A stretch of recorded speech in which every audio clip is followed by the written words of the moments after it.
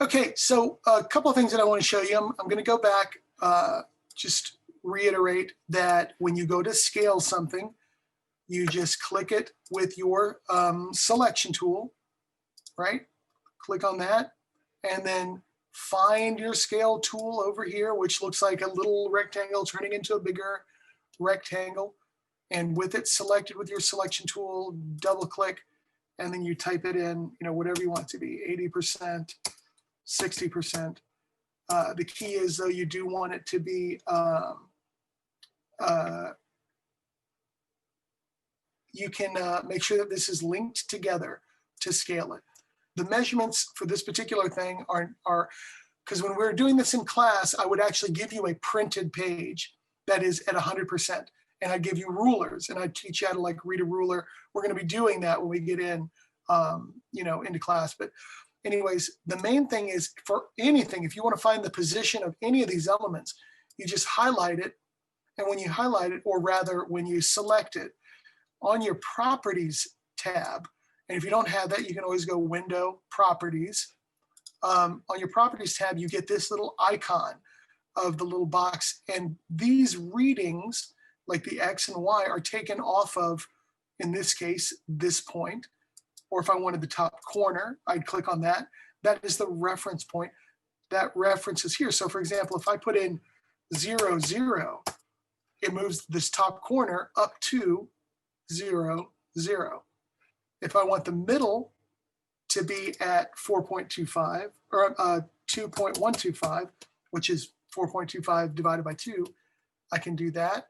And if I want the Y coordinate, X and Y, if I want the Y coordinate to be at 2.325, all I have to do is type it in and hit return, and it moves it. So very, very simple. It just is all based on what reference point you have selected. Like I can shove this thumb up into this corner by clicking on the top right-hand corner and typing in 4.25 and 0, and I can move it up there without dragging and dropping it. So there's that. Does that make sense to everybody? It's the Properties tab, and you see that the Properties changes depending on what you have selected. But for the most part, if you have something like this, the Properties gives you your character and all that stuff. Here it gives you your text wrap, alignment, and stuff like that, which you're going to. Who wouldn't like Curious George? I'm the man in yellow. So anyways, what I'd like to do is I'm going to grab this headline, and I'm going to show you how to give a 20% gray drop shadow. Okay. Now, what I'm going to do is I'm going to copy it, edit, copy. I'm going to go edit, paste. So now I have a duplicate of it. And in this case, we can do it one of two ways. Okay, the first way, over here on the Properties tab, if you go down, you'll see that there is opacity, right? So if I click on the opacity here, I can make it 20%, like that. Now, if I do that, that'll be one way to do it. And now I could move it and use my arrow keys, and I can just move it to where it looks something like that. I'm going to zoom in so you can see it. Okay, so, and there's my little offset drop shadow. So again, what I did. Muted. Do what? I thought you were muted. I'm not muted, right? You guys can hear me, right? Okay. Now I can. Awesome. So again, in my properties, I went down to opacity, and I made it down to 20%. And then I just moved it around to where it has to be. The other way that I could have done it is I could have had my type and then selected it with my text tool, okay? And then if I had my colors, so say for example, if I went to Window, Color, and picked out my swatches, right? I've got it, and I could make it a color. I could make it yellow. I can make it black, but I could make it a tint of black. So I can come down to 20%. Now, the reason why I didn't do it that way is I will show you. Because I've actually changed the color and I haven't changed the opacity, when I move it, it is not transparent. It's solid 20%.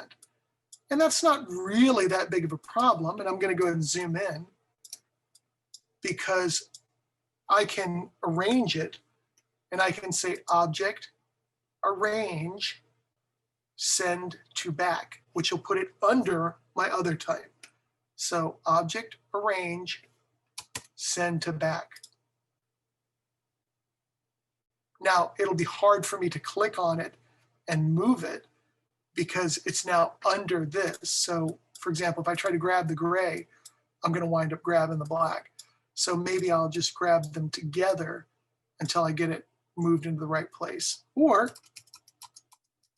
I won't move it to the back until it's where I want it to be. So that's perfect. Now I can go Object, Arrange, Send to Back. And if I zoom out, there you go. Now, the very last thing that I want to do is put a ruled box around everything. And I'm actually going to leave that. Well, I'll show you real quick. So if I'm going to make a box, the first thing that I want to do, and I'm just going to make a small one so I can show you. I can grab this frame tool right here, and I can make a box.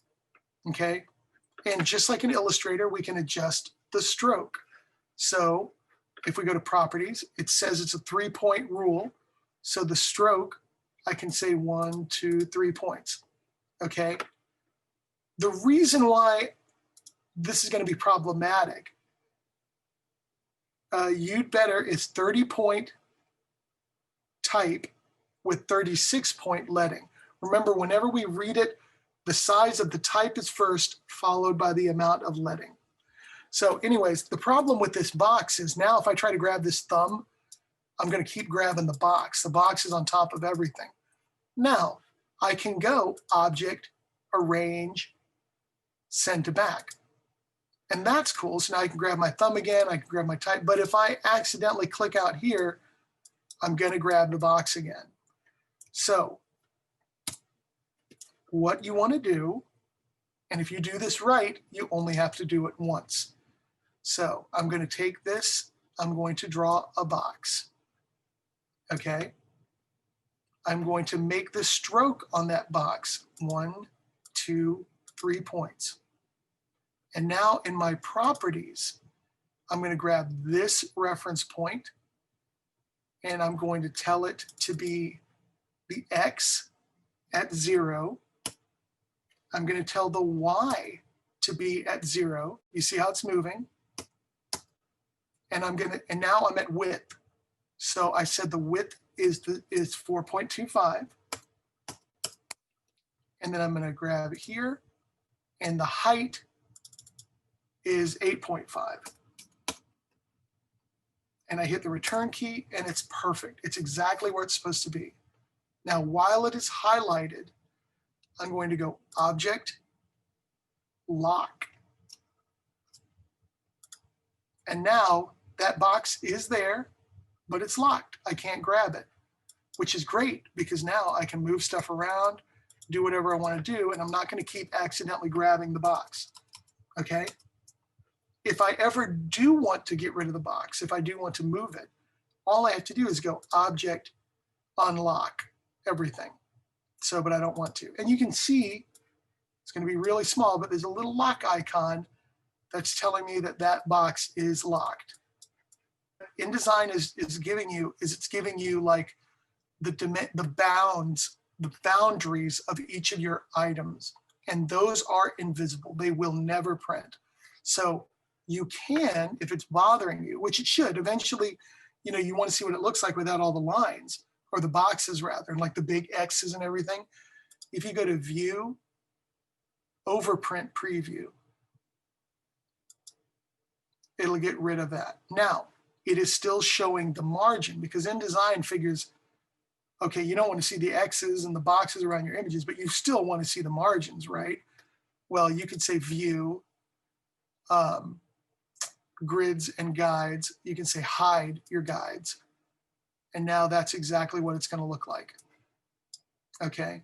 Now, if you want to see everything back, if you want to see it the way it should be with your margins, all you have to do is go view, grids and guides, show your guides, and then view, turn off overprint preview. But that's a fantastic question. Yeah, I'm so used to seeing it, I didn't even think about it. Yeah, it can be very distracting to see all those lines. So, and remember, the most important thing, which you'll see in the video or earlier here in the video, is how to export it. You're going to save it, file, save, and then you're going to go file, export as a PDF, print. Okay, so I'm going to say cancel because it already has something. One thing that would be helpful, and I don't, does it say anything about your contestant number? No. All right, what I would like for you to do is somewhere on this page, usually I say right on your thumbnail, type in your name. So I know whose is whose when I go to print it out. And that's easy for you guys to remember, right? Just put your name on the thumbnail, super easy.